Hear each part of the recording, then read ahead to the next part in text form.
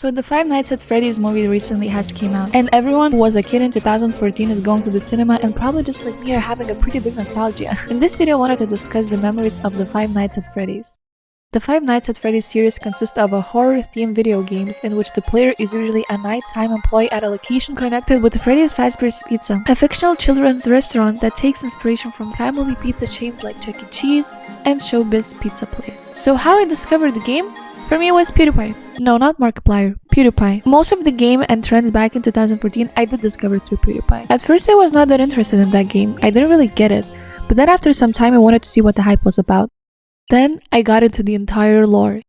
Even though it was hard for me to understand, I just thought it was a jump scare game and it was nothing more to it. The main series consists of 9 video games taking place in locations connected to a fictional family pizza restaurant franchise named Freddy's Fazbear's Pizza, after its mascot, the animatronic bear Freddy Fazbear. In most games, the player assumes the role of a nighttime employee who must utilize tools such as security cameras, lights, doors, and vents to defend themselves against animatronic characters who inhabit the locations and become mobile and hostile at night. The series' lore is gradually revealed through voice recordings, minigames, and Easter eggs featured throughout the games. So the iconic characters: Freddy, Chico, Bonnie, and Foxy. Well, at least the ones that stand out for me. I wanted to talk about the lore since it is so complicated. I honestly still don't understand it. I watched so many videos about explaining it, and no, not only the Game Theory channel videos, like so many others. I even watched the movie, which left me even more confused considering some of the names were changed, I think. So long story short, let's do the Five Nights at Freddy's lore. Let's go! There's 2 dudes whose names are William, Ashton, and Henry. They basically opened the Fazbear's family diner around the 70s. William was secretly a serial killer, using mascot costumes to lure, abduct, and murder kids. His motives aren't known, but by conspiracy, the reason thought to be because he wanted to achieve immortality through researching the paranormal, haunted metal, which he created through the murders. This is becoming too complicated. Anyways, the animatronics are possessed by the vengeful spirits of children who were murdered at the restaurant.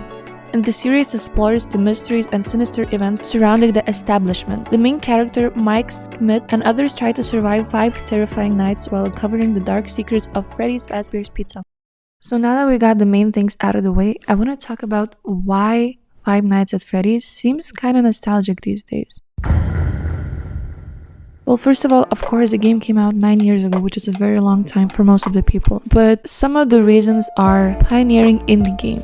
Five Nights at Freddy's was a breakthrough indie game that gained immense popularity when it was released in 2014. For many, it was their first exposure to an indie horror game, and it left a lasting impression. Simplicity. The game's simple mechanics, mainly involving monitoring security cameras and closing doors, made it accessible to a wide audience, including those who might not typically play horror games. Jump scares.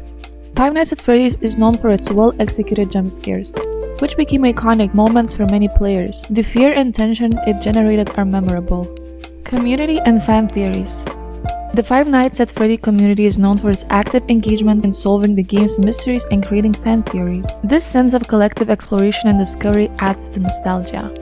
Retro aesthetic. This game's retro 8-bit style graphics and sound effects tap into a nostalgic feeling, reminiscent of early video games, which many players grew up with. Sequels and expansions. The series has spawned multiple sequels and expanded lore, allowing fans to immerse themselves deeper into the world of Freddy's Fazbear's Pizza.